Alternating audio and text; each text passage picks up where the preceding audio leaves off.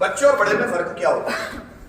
बच्चा जो होता है जो भी चीजें करता है वो विदाउट पर्पस करता है, और जो बड़ा व्यक्ति जिसको हम वयस्क बोलते हैं वो जो कुछ भी करेगा, बड़ा लड़का, बड़ा लड़की, बड़ा आदमी, बड़ी औरत, जो कुछ भी करेंगे उनका कुछ मकसद है करने का। जब हम बड़े हो जाते हैं तो हमारी आसपास का समाज हमको सिखाता है कि आपको ये करना पड़ेगा तब आपको ये मिलेगा, अगर आप ये पाना चाहते हो तो आपको इसमें अपने आप को झोंकना पड़ेगा। लेकिन बच्चे के लिए ऐसा कुछ भी नहीं। दुनिया के अगर आप सभी बच्चों को देखेंगे तो वो नेचुरल होते हैं। They are always happy, they don't want to get something, they don't want to achieve something, they are having a internal happiness in their personality. वो हमेशा खिलखिलाते हुए नजर आएंगे, वो हमेशा खुश होंगे। पता है क्यों? क्योंकि जिंदगी में उनका कोई पर्पस है नहीं, उनका कोई उद्देश्य है नहीं। जैसे वो बड़े होने लगते हैं तो हम लोग उनको सिखाते हैं कि ज्यादा खुश नहीं रहना है, जिंदगी का कोई पर्पस ढूंढना है। जैसे आप प्रकृति को देखो तो बच्चा प्रकृति से आया हुआ है। ये पूरा नेचर जो देखेंगे ना, ये पूरा नेचर जिसको प्रकृति कहते हैं, बच्चा भी ये प्रकृति जैसा ही है, क्योंकि बच्चा भी प्रकृति से आया हुआ है। तो प्रकृति के जितने भी गुण हैं, तो खासकर प्रकृति में दो गुण होते हैं जो मैंने शायद आपको पहले भी समझाया। दो ही गुण होते हैं प्रकृति में, या तो प्रकृति आपसे प्यार करती है या तो प्रकृति आपसे नफरत करती है। तीसरा गुण प्रकृति में होता ही नहीं है, या तो आपसे प्यार करेगी या वो आपसे गुस्सा करेगी। बच्चों में भी ये दो ही गुण होते हैं, या तो बच्चा आपसे बहुत लाड़ प्यार करता है या आपसे बहुत गुस्सा करता है, तेज गुस्सा। इसके अलावा वो कुछ भी नहीं करता। जैसे प्रकृति को जलना नहीं आता, किसी से तुलना करना नहीं आता, किसी से कंपैरिजन करना नहीं आता, किसी को नीचा दिखाना नहीं आता, किसी से भेदभाव करना नहीं आता, वैसे ये सभी गुण बच्चे में मौजूद होते हैं। बच्चा भी किसी से भेदभाव नहीं करता।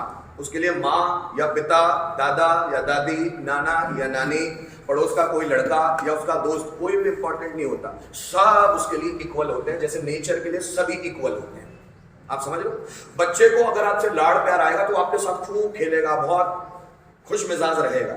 लेकिन अगर आपको उसको आपसे गुस्सा आ गया तो वो पब्लिकली आपको थप्पड़ भी मार सकता है, जैसे मेरे साथ होता है। वो आपको पब्लिकली थप्पड़ भी मार सकता है क्योंकि वो उसका गुस्सा है। तो हम लोगों को ये समझ में आना चाहिए कि ये भगवान जैसा है, भगवान ही है, प्रकृति से आया हुआ है, क्योंकि वो पहले मां की कोख में आने से पहले इस नेचर में था।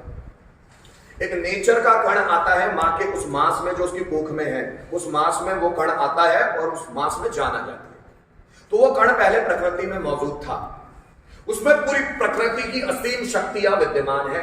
इसलिए जब बच्चा पैदा होता है वो हंसता, खिलखिलाता, एनर्जी से भरा हुआ होता है। 3 साल तक आप किसी भी बच्चे को देखिए, सिर्फ 3 साल। पता है क्यों ऐसा? क्योंकि 3 साल के बाद उसके आसपास के लोग उसकी जिंदगी बनाने की कमांड अपने हाथ में लेते हैं कि तेरी जिंदगी मैं बनाऊंगा, भले मैंने मेरी जिंदगी ना बना पाया हो, लेकिन तेरी जिंदगी की जिम्मेदारी मेरी है। मैं जैसा फ्रस्ट्रेट हूं, मैं जैसा दुखी हूं, मैं जैसे लोगों से जलता हूं, जैसे मैं दुनिया से कंपैरिजन करता हूं, कंपटीशन करता हूं, मुझे ज्यादा पाना है, यही आग मैं तेरे अंदर लगाऊंगा, तुझे खराब करूंगा। जो तू खुश दिख रहा है ना, तुझे दुखी और फ्रस्ट्रेटेड व्यक्ति में तब्दील करूंगा। दुनिया का कोई बच्चा कभी फ्रस्ट्रेट नहीं होता, आप देखना कभी वो दुखी नजर नहीं आता, कभी भी नहीं। लेकिन हम लोग उनको दुखी बनाते हैं। तुझे स्कूल पढ़ना पड़ेगा तभी तेरा फ्यूचर बनेगा। स्कूल पढ़ना जरूरी है कि नहीं है, ये बाद में डिस्कस करेंगे। बच्चा रोता है, नहीं मुझे स्कूल नहीं जाना है, फिर भी माँ बाप भेजते हैं क्योंकि हम भी गए, तुझे भी करना पड़ेगा, तुझे भी हमारे साथ मंदिर चलना पड़ेगा, तेरा मन होता हो ना होता हो, तुझे भी चलना पड़ेगा। बच्चा किसी भगवान के सामने झुकना नहीं चाहता क्योंकि वो खुद भगवान है, वो जानता है, हम नहीं जानते। हमने अपने आप को इतना निराश कर लिया है कि हम भगवान को जानते हैं। वो बच्चा जानता है, वो भगवान के पास हम इसलिए जाना चाहते हैं ताकि हमारी लाइफ में सुख समृद्धि रहे। चूंकि हमारी लाइफ में सुख समृद्धि नहीं है, इसलिए मंदिर, मस्जिद, गुरुद्वारा भटकते हैं। बच्चे के पास सब कुछ है, वो बहुत खुश है, उसको किसी भगवान की जरूरत नहीं है, इसलिए मंदिर वो जाता नहीं, उसके अंदर से आता ही नहीं। हम उसको खींच खींच के ले जाते हैं, ये शिव जी है पाँव पड़, ये हनुमान जी है इसके पाँव पड़। उसको पता नहीं है कुछ, कौन हनुमान कौन शिव, वो खुद अपने आप में ईश्वर है, वो खुद खुश रहता है। मतलब ये नेचर में जितनी क्वालिटीज है वो सब उसमें है, नेचर में जितनी क्वालिटीज है वो सब ईश्वर में भी होती है। अगर आप भगवानों को देखेंगे तो उनमें भी वही क्वालिटी है जो प्रकृति में है, और बच्चे में भी सेम वही है। बच्चा बिना कारण के खुश हो सकता है, he is happy without reason, he is not having something but he is, उसके पास ऐसा कुछ नहीं है जिससे वो खुश हो सके, लेकिन वो खुश है, जिसको हम बोलते हैं सच्ची खुशी। और हमारी जो खुशी होती है वो वस्तुओं पे टिकी होती है, व्यक्तियों पे टिकी होती है। अगर वो मुझे मिल गया तो मैं खुश, वो नहीं मिला तो मैं दुखी। अगर मुझे मोबाइल पापा ने ले दिया तो मैं खुश, नहीं लिया तो मैं दुखी। अगर मुझे इंग्लिश आ गई तो मैं खुश हो जाऊंगा, इंग्लिश नहीं आई तो मैं दुखी। अगर मैंने कंपटीशन में जीता तो मैं अच्छा, अगर मैं कंपटीशन में नहीं जीता तो मैं अपनी ही नजरों में बुरा। हमारी खुशी आउटर है, बच्चे की खुशी इंटरनल है, इसलिए वो ज्यादा खुश रहता है। उसका कोई खुश रहने का रीजन ही नहीं है। आप उसको टूटा खिलौना दे दो, वो घंटों खेल सकता है उस टूटे खिलौने से। हमको लगेगा ये टूटा खिलौना तो है, ये इतना खुश कैसे टूटे खिलौने के साथ? क्या उसको पता नहीं टूटा है? उसको ये चीजें समझ नहीं आती, अच्छा क्या, बुरा क्या, टूटा क्या, बढ़िया क्या, उसको समझ नहीं आती। पाप क्या, पुण्य क्या, धर्म क्या, अधर्म क्या, अच्छा क्या, बुरा क्या, सही क्या, गलत क्या, उसको कुछ भी समझ में नहीं आता। इसलिए तो भगवान है। भगवान की नजरों में अच्छा, बुरा, सही, गलत, पाप, पुण्य, धर्म, अधर्म, इसकी कोई वैल्यू ही नहीं है। अब आप ये समझ के बैठे हो कि मंदिर जाना पुण्य का काम है, तो आपका कॉन्सेप्ट है, ईश्वर का थोड़ा।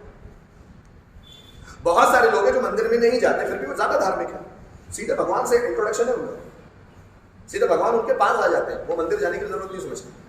पता है क्यों? इसीलिए क्योंकि वो अंदर से प्योर है। मैं अपने लेक्चर्स में समझाता हूं, जो अंदर से प्योर है हमेशा खुश है, उसको फ्रस्ट्रेशन नहीं होगा, उसको कुछ पाने का डर नहीं होगा, उसको कुछ छूट जाने का डर नहीं होगा, क्योंकि वो अंदर से खुश है, उसको नेचर खुश रख रही है। 3 साल तक बच्चे को कहते हैं भगवान चलाता है, भगवान उसको इंस्ट्रक्ट करता है। छोटे छोटे जो बच्चे रहते हैं ना, 1 महीने से लेकर 6 महीने तक के बच्चे, वो आसमान में देखते रहते हैं, उनकी आंखें आसमान में देखती रहती है और हंसती रहती है। वो कभी हंसते हैं, कभी रोते हैं, कभी डरावना फेस बनाते हैं, कभी अच्छा फेस बनाते हैं। बच्चे को देखो तब समझ में आएगा, ऑब्जर्वेशन करो उनका, क्यों कैसे कर रहे हैं। वो किसी से बात करने की कोशिश कर रहे हैं, कौन है वो किसी से बातें करते हैं। छोटे बच्चे 1 महीने से 6 महीने तक वो बातें कर रहे हैं किसी से। कोई अदृश्य आत्मा है, कोई अदृश्य शक्ति है जो उनको बहला रही है, जो उनको खुश कर रही है, जो कोई अदृश्य शक्ति है जो उनके साथ खेल रही है। हमको नहीं पता होता छोटा बच्चा किसके साथ, 1 साल का बच्चा है वो अपना अपना बड़बड़ाता रहता है, किससे बात कर रहा है किसी को नहीं पता, वो किसी से बात कर रहा है, उसके सामने कोई इंसान नहीं है लेकिन वो अपना अपना बड़बड़ा रहा है, क्यों, किससे बात कर रहा है। यही चीजें समझ में आने लायक है। वो अपना अपना खुश है, आप देखो वो हंस रहा है, खिलखिला रहा है, एक जगह से दूसरी जगह कूद रहा है और हंस रहा है, यहाँ से यहाँ कूद रहा है और हंस रहा है, फिर यहाँ से नीचे कूद रहा है, हंस रहा है, फिर यहाँ से ऊपर चढ़ रहा है, मजा आ रहा है। उसके पास कोई रीजन नहीं और वो खुश है। और हम बाहर आउटर वर्ल्ड में रीजन ढूंढते हैं, अगर मैंने ये कर लिया, मैंने ये नहीं किया। तो बड़े लोगों को बच्चे से ये चीजें सीखनी चाहिए कि वो इतना बेवजह खुश कैसे है। जब भी हम अपने आसपास के लोगों को देखते हैं जो खुश है, हमको अच्छा नहीं लगता, तो हम उसकी खुशी में गाड़ी करते हैं। पता है क्यों? Because we are not happy, that's why we interrupt their happiness. जब भी व्यक्ति खुद खुश होता है, वो दूसरों को खुश रखने की बहुत ज्यादा कोशिश करेगा, और जब वो दुखी रहता है तो कोई खुश दिखा तो उसको पसंद नहीं आएगा कि जब मैं खुश नहीं हूं वो खुश कैसे हो सकता है। माँ बाप को भी देखना, जब माँ बाप पैसे कमाने की होड़ में चले जाते हैं तो वो दुखी रहते हैं, फ्रस्ट्रेटेड रहते हैं कि कितना स्ट्रगल है बाहर, और बच्चा घर आके देखते हैं बच्चा खेल कूद रहा है, अच्छा मस्ती मजाक करा, तो उनका दिमाग चुपचाप बैठ। क्यों? क्योंकि माँ बाप फ्रस्ट्रेटेड है, उनको बहुत स्ट्रगल करना पड़ रहा है। और ये बच्चा खुश कैसे रह सकता है? साला मैं इतना करने के बाद खुश नहीं हूं, ये इतना खुश कैसे है? यही तो रीजन ढूंढना है कि वो खुश क्यों है, because he has no purpose in his life. फिर आप बोलेंगे सर पर्पस ही नो तो क्या खुश हुआ जा सकता? Damn sure. जिस व्यक्ति का जिंदगी में कोई पर्पस नहीं, उसको कोई बोझ ही नहीं होता, बोझ ही नहीं। फिर बोले जिंदगी चलेगी कैसे?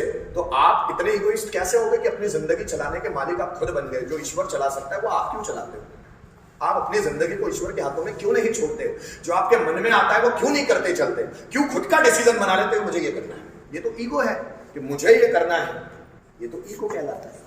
साइकोलॉजी में इस वर्ड को ईगो कहते हैं कि मुझे ये करना है। अब जो बड़े बड़े बेहतरीन लोग हैं ना, वो क्या करते हैं? ईश्वर की जो मर्जी होगी वही करो। बोले आप क्या करना है? मुझे नहीं पता, ईश्वर जो करवाएगा वो करो।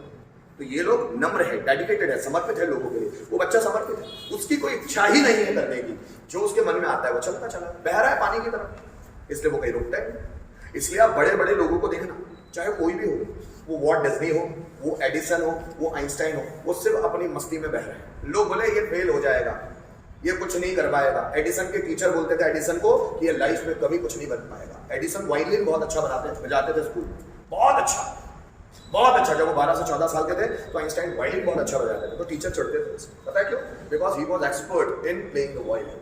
वायलिन बजाने में बहुत एक्सपर्ट था आइंस्टाइन। तो टीचर बड़े चढ़ते थे ये भले वायलिन अच्छा बजा ले पर ये लाइफ में कुछ नहीं कर पाएगा। और दुनिया जानती कि उन्होंने क्या किया। हजारों लाखों टीचर्स मिलकर भी आइंस्टाइन के बराबर ही नहीं कर सकते। तो टीचर आप पर ओपिनियन दे ही नहीं सकता, उसको पता ही नहीं आप में क्या है। फिर भी बहुत सारे बेवकूफ टीचर ये काम करते हैं, गधे, उनको पता ही नहीं वो गधा क्या कर सकता है। जब पता नहीं तो बोल क्यों रहा है ये वर्ड उसके लिए, वो बहुत कुछ कर सकता है। आइंस्टाइन सबसे ज्यादा डफर था, इसके बावजूद भी कर गया। पता है क्यों? वो अपनी मस्ती में बह रहा था, जो उसको करना था उस जगह वो चला गया। अगर आप अपनी जिंदगी ईश्वर को समर्पित करते हैं तो ईश्वर उस जगह आपकी जिंदगी को ले जाता है जहां जाना आपके लिए जरूरी होता है। इसलिए बड़े बड़े लोगों की बायोग्राफीज पढ़ना बहुत जरूरी है कि उनका लाइफ में कोई पर्पस ही नहीं है। जैसे बच्चों का लाइफ में कोई पर्पस नहीं होता, वैसे सभी महान लोगों को आप पढ़ के देख लीजिए, उनका जिंदगी में कोई पर्पस उद्देश्य था ही नहीं। बस वो बहते चले गए और उस जगह पे पहुंच गए जहां उन्हें जाना चाहिए था, पहुंच गए अपने आप। दूसरा बड़ा, किसी कारण से खुश होना, हमेशा कुछ करने में व्यस्त होना। बच्चे हमेशा कुछ ना कुछ करने में व्यस्त रहते हैं। आप देखो, वो कभी फालतू नहीं रहते।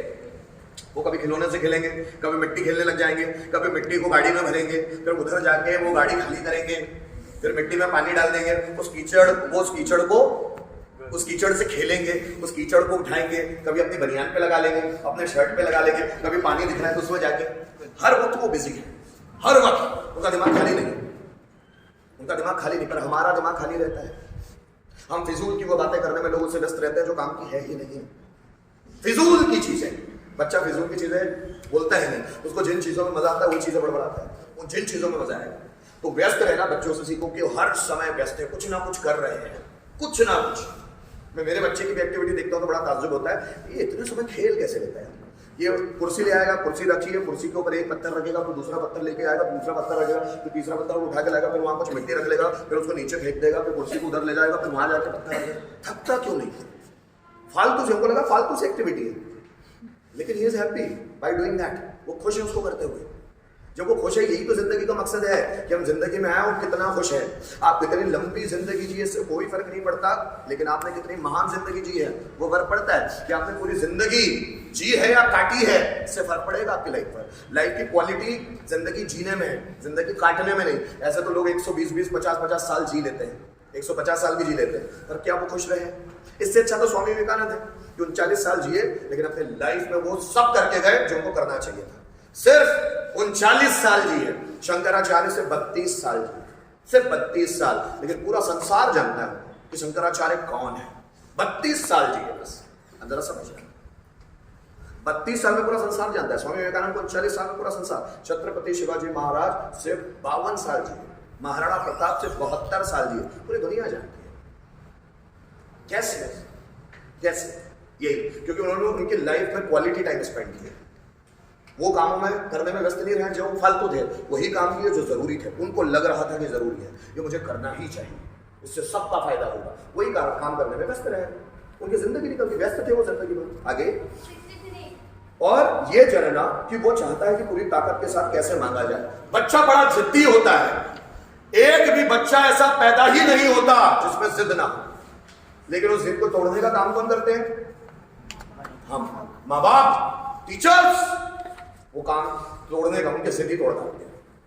बच्चा बहुत जिद्दी होता है, जिद मत कर, चुपचाप यहाँ बैठ। हम उनके अंदर की जिद मार रहे हैं, याद रखना, बहुत पाप कर रहे हैं। जिस दिन उसकी जिद मर जाएगी ना, आप उसको कुछ भी करने का बोलोगे वो करेगा ही, क्योंकि उसके अंदर की जिद मर गई होगी। अंदर की जिद मर जाए ना जिस इंसान की, वो वैसे लाइफ में कुछ नहीं उखाड़ सकता। बच्चा जिद्दी है, जो उसको खाना है वो खा के रहता है। मेरा बच्चा भी बहुत जिद्दी है। मैं मेरी वाइफ को बोलता हूँ उसको मारो मत, उसको जिद्दी बना लेने दो, क्योंकि जिद्दी बच्चे में आग होती है, उसमें एनर्जी होती है। जिद वो तभी कर रहा है जिसके अंदर एनर्जी है। जिस बच्चे में जिद्दी नहीं है, देखो एक व्यक्ति जाता है कहीं जॉब करने के लिए, उसको कोई उल्टा सीधा भी बोल दे, समझ लिया, पानी ला पीने के लिए, पानी लेके आया। अब इसमें कोई जिद्दी नहीं बची, इसका कोई आत्मसम्मान ही नहीं बचा, मर गया, डेड बॉडी है। और ऐसे लोग शायद आपको पसंद भी आते हो। किसी ने कुछ बोला कर लिया, अरे हमारा बच्चा तो हमारी बहुत सुनता है। सुनता है मतलब वो जिंदगी भर लोगों की सुनेगा, समझ लो। बच्चा सुनता नहीं है आपकी, वो किसी की नहीं सुनेगा। रॉकी, KGF किसी की सुनता है? नहीं। बचपन की जिद बड़े बन तक शायद कायम रहे, वो किसी की नहीं सुनेगा, किसी की नहीं सुनेगा। जब बच्चे की जिद मौजूद होती है और आगे उसके पढ़ाई से संबंधित काम करने दो, वो पढ़ाई में भी झंडे गाड़ देगा। पास होना है मतलब पास होना है, जिद है उसमें। 1 साल में IAS निकालूंगा मैं, जिद है किसी तो निकाल लेते हैं सब। जिद बड़े बन तक अगर कायम रह गई ना, तो बंदा झंडे गाड़ने वाला है। पर उसकी जिद हम रहने ही नहीं देते। हमको लगता है अगर बच्चा जिद्दी है तो खराब हो जाए, कि अधिकतर माँ बाप सोचते हैं कि बच्चा अगर जिद्दी है तो खराब है। जिद बहुत बड़ा गुण है। बड़ेपन में बहुत कम लोगों की जिद बची रह पाती है।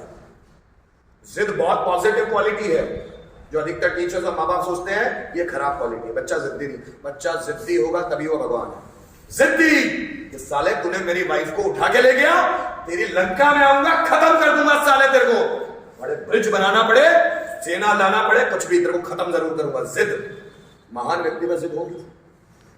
अगर कृष्ण जा रहे नरकासुर के राज्य में, सेना लेकर नहीं जा रहे, अपने से वाइफ को सत्यभामा को लेकर जा रहे, हम दोनों जाएंगे, खत्म करके आएंगे इस साल। उनके घर जाते हैं, उनसे मित्रता करते हैं, पूरा मुआयना लेते हैं राज्य का, नरकासुर को खत्म, उसकी जगह उसके बेटे को बिठा के आते हैं। जिद खत्म करके ही आऊंगा। जिद होती है, फिर किसी की जरूरत नहीं पड़ती, किसी और की। जो व्यक्ति जिद्दी है वो कुछ भी करेगा। भगत सिंह की जिद क्यों नहीं टूटती? आप देखो तो सही। छत्रपति शिवाजी महाराज की जिद क्यों नहीं टूटती? महाराणा प्रताप की जिद क्यों नहीं टूटती? जिद अच्छी है, खराब नहीं। जिस व्यक्ति में जिद है वो तो आगे जाएगा ही। इसलिए बच्चे अगर जिद्दी है ना तो ईश्वर को बोले thank you so much. Hanuman ji की जिद देखो, सूर्य 15 करोड़ किलोमीटर दूर है पृथ्वी से। सूर्य की दूरी कितनी है? 15 करोड़ किलोमीटर। चांद कितना है पृथ्वी से दूर? 2,32,000 किलोमीटर। चांद पृथ्वी से कितना दूर है? 2,32,000 किलोमीटर। सूर्य कितना है? 15 करोड़ किलोमीटर दूर। उस सूर्य को खाऊंगा मैं। चले हनुमान जी, यही जिद है, फल है वो तो मैं तो खाऊंगा। जिद, जो व्यक्ति जिद्दी है वो कुछ भी करेगा। इम्पॉसिबल काम करता है, इम्पॉसिबल, इम्पॉसिबल। ये पूरा मुंबई मेरा होगा। अब किसी व्यक्ति ने जिद कर लिया तो उसको आएगा, ये पूरे भारत से मुगल हटा के रहूंगा मैं। तो कोई एक व्यक्ति जिद कर ले, देखो कैसे तूफान नहीं बनता। छत्रपति शिवाजी महाराज के जो पापा थे उनका नाम था शाहजी राजे भोसले। उन्होंने कुछ भी नहीं पढ़ा, गुलाम रहे वो, निजाम शाही के गुलाम, उसके बाद आदिल शाही के गुलाम। लेकिन उनका बेटा, पापा आपने गुलामी कर ली, मैं नहीं करूंगा, मैं किसी को नहीं सहूंगा, ये मेरी मातृभूमि है, मेरी माँ है, और मेरी माँ को कोई नुकसान पहुंचाएगा काट डालूंगा, फाड़ डालूंगा उसको। तो ऐसे घर में एक शेर पैदा हुआ, जिनके बाप खुद गुलाम थे। शेर पैदा हुआ जिद्दी। उनके पापा बोलते नहीं बेटा, हम लोग नहीं लड़ सकते, इनका साम्राज्य बहुत बड़ा है। उस वक्त छत्रपति शिवाजी महाराज ने 4 साम्राज्य से लड़े, आदिल शाही, निजाम शाही, मुगल शाही और कुतुब शाही। 4 साम्राज्य से लड़े। मैं तो लड़ूंगा, भले मरूंगा, लेकिन लड़ूंगा। गुलामी मेरे खून में नहीं है पापा, आप कुछ भी करो, आपकी मर्जी, पर मैं तो लड़ूंगा। और उन्होंने लड़ना डिसाइड किया। और आज पूरा भारत जानता है, पूरा भारत जो लड़ने के लिए तैयार है वही कल का सुपरस्टार है। याद रखना मेरी बात। और बच्चे में ये जिद है, इसलिए उनके जिद को तोड़ना नहीं है। बड़ों को उनसे सीखना है कि खुश कैसे रहना है, बिजी कैसे रहना है और जिद्दी कैसे बने रहना है।